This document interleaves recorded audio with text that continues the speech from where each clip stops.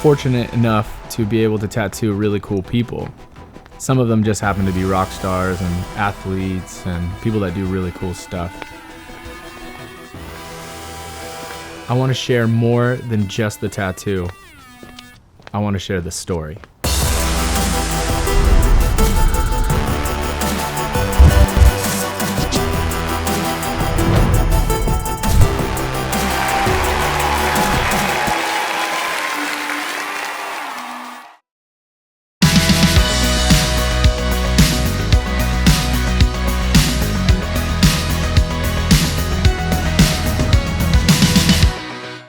I was working one day. Nicholas from Walk the Moon walked in the front door of Vatican Studios and said, "Hey man, I'm Nick. You tattoo my friend Daniel. I'd love to get a piece by you." He was on tour and playing shows. I was traveling all over Europe. Finally though, we got it scheduled. I asked him if he'd be interested in being a part of Backstage Ink, and he was down. Nicholas is somewhat of a homebody. He really enjoys the comfort of home. So he said, "Come on over to my house and we'll do the tattoo there." That's the one. Okay. Go check it out in the bathroom. Okay, sweet.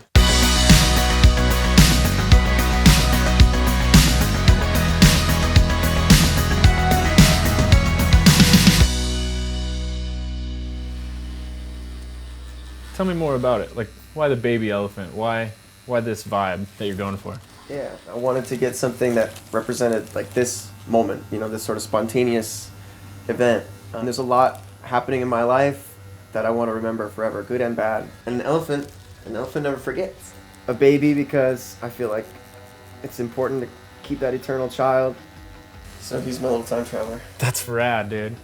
So did you start with instruments or singing? I started taking piano when I was 7. 7? Yeah, I'm so thankful that my parents You are. kept me on it, because I really wanted to stop at one point. That's what every kid says. The first song I ever wrote was in 4th grade, and it was called 6 Feet Under. Nice. So dark. Super dark and brooding.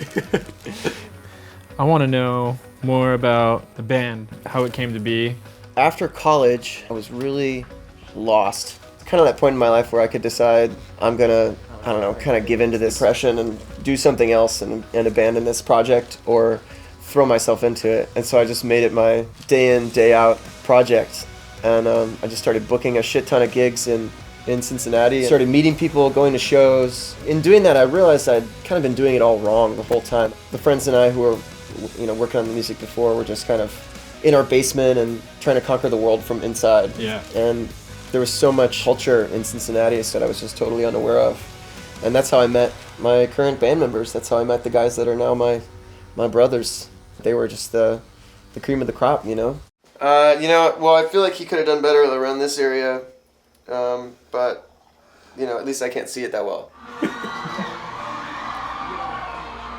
I think Walk the Moon is one of the cooler band names I've ever heard, to be completely honest. I'm so glad you think so. What's it mean, if anything? No, I mean, it's the sort of name we really like the sound of. Yeah. And I think the meaning continues to develop. It originally came from the Police, who were a massive influence for us, and they have that song called Walking on the Moon. It's about this guy, he's like, walking back from your house, walking on the moon. He just left this chick's house, or dude, whatever. He's stoked. Yeah, and he's stoked. He's like, feeling like $1 million. Yeah. And it's that feeling that's walking on the moon, and so I love that. I love being associated with that. Good, dude. I love that. It's more than just what's our band name? Yeah, that'll work.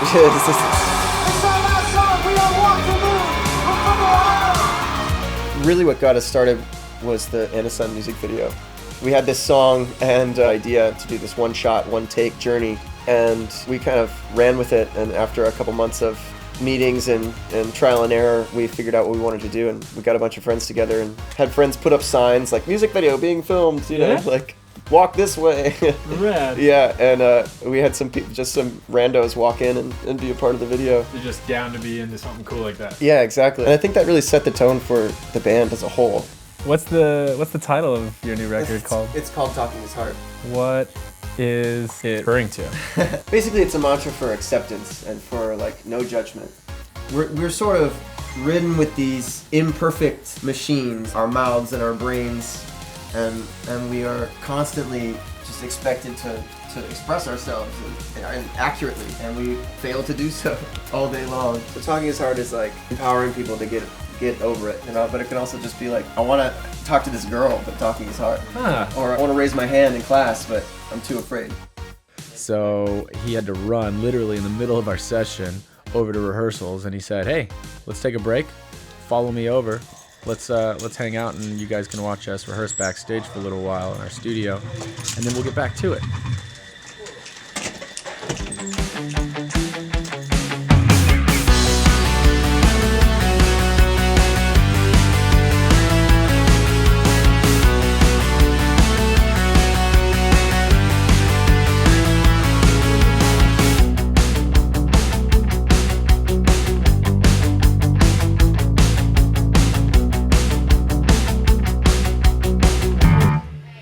SPD, Dan? After several hours of rehearsals, and he's had a good 4 or 5 hours off of skin, and yep, he's ready to get tattooed again.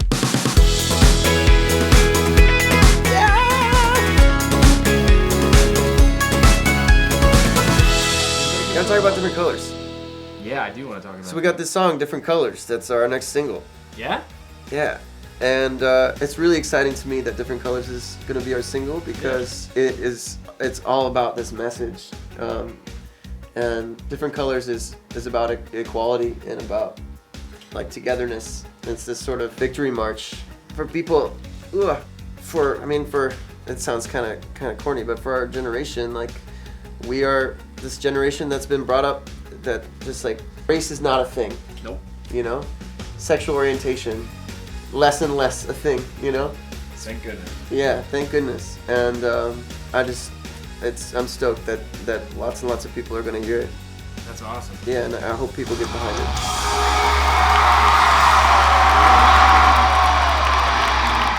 I heard that you guys are one of the few remaining live bands that doesn't use background track. Is that true? We don't use any tracks. Really?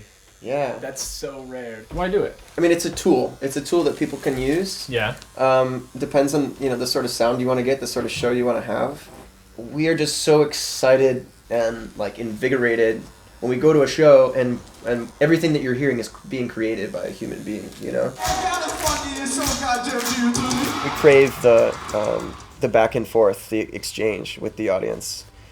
Our fans occasionally really open up to us, and I get a lot of really amazing letters. One really incredible case, this awesome girl who said she'd been something like 6 or 7 months free of self-harm. Wow.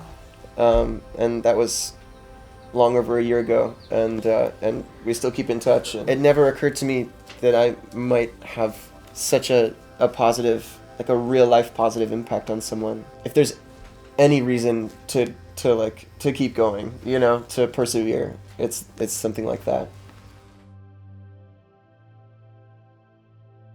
The tattoo went really well, and Nicholas sits like a pro. He sat still for me for hours.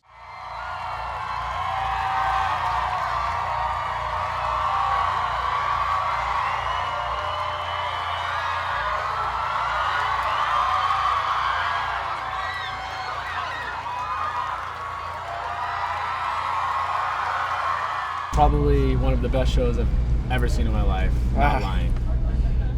Thank you, man. That was incredible. You played probably a more intimate show tonight than you're used to lately, with all these huge festivals and huge arenas you're playing and stuff. Tonight it was like in the moment, close, tight-knit. Every person in the room was just elated, and it was boisterous, dude. How does it feel? It was really refreshing to play this size venue too, because I could see every person's face, and it was just I don't know. We felt so one with the crowd tonight. It's not always the case. You know, and tonight was just ecstatic. Is it a different kind of connection when it's smaller like that? Yeah, I mean, you want to strive for that, even in the biggest show, even in an arena, when like the furthest person from you is like half a mile away. Literally half a mile away. The goal is to make that feel like a show like tonight. Thank you for having us, dude. Man. Thank you for making us a part of your series, man. Oh, of course, man. It's awesome to get artists together of all sorts of genres and mediums and styles. That's you know? just it. That's just it. And that's the whole purpose of this. So I'm glad you kind of see that. Thank you. Hell yeah. This has been one of the best tattoo experiences of my career. And I got to see one of the best shows I've ever seen in my life. Go pick up Walk the Moon's album, Talking is Hard, and go see them live.